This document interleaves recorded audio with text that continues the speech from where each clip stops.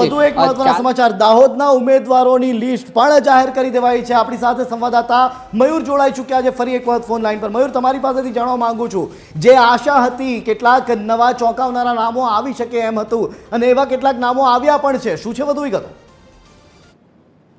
દાહોદ જિલ્લાની ભારતીય જનતા પાર્ટીએ ઉમેદવારોની યાદી જાહેર કરી છે। તેમાં 50 જિલ્લા પંચાયત અને 254 જે છે તાલુકા પંચાયતના ઉમેદવારોને દાહોદ નગરપાલિકાની જે 36 બેઠકો છે તેમના નામો જાહેર કરવામાં આવ્યા છે।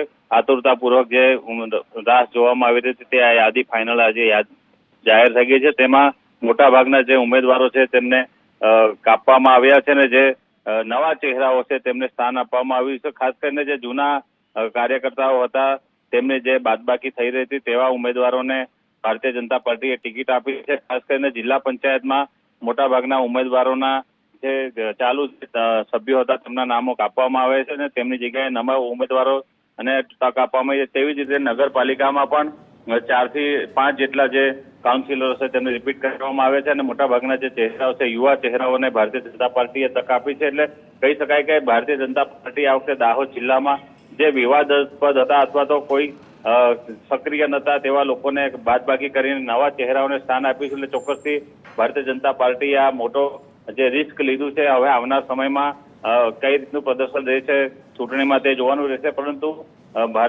ભાજપ જે પ્રમાણે જૂના જે હટાવીને નવા લોકોને જે લાવ્યા તેની લઈને ચોક્કસ હાલ ચર્ચાઓ ચાલી રહી છે।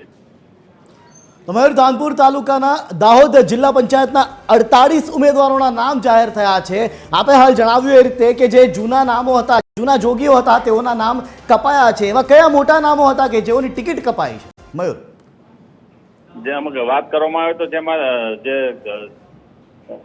રનિંગ પ્રમુખ હતા તેમનું પણ નામ કાપવામાં આવ્યું છે અને સાથે સાથે જે દાવેદાર હતા ના પણ નામો કાપવામાં આવ્યા છે। ખાસ કરીને જે મહેશ ભુરિયાના જે પુત્ર વધુ હતા તેમના પણ નામ કાપવામાં આવ્યું છે અને જે જસવંતસિંહ ભાભોરના નજીકના ગણાતા હતા તેવા જે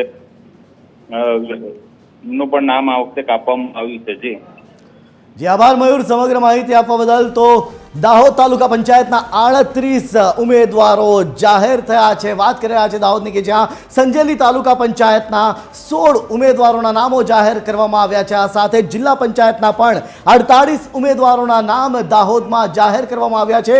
દેવગઢ બારિયા તાલુકા પંચાયતના 28 ઉમેદવારોના નામો પણ જાહેર થઈ ગયા છે। ધાનપુર તાલુકા પંચાયતની વાત કરીએ કે જ્યાં 24 ઉમેદવારો જાહેર કરવામાં આવ્યા છે। ભારતીય જનતા પાર્ટી દ્વારા એક બાદ એક જિલ્લાઓની લિસ્ટ જાહેર કરાઈ રહી છે, જેમાં લીમખેડા તાલુકા પંચાયતના 24 ઉમેદવાર જાહેર થયા છે।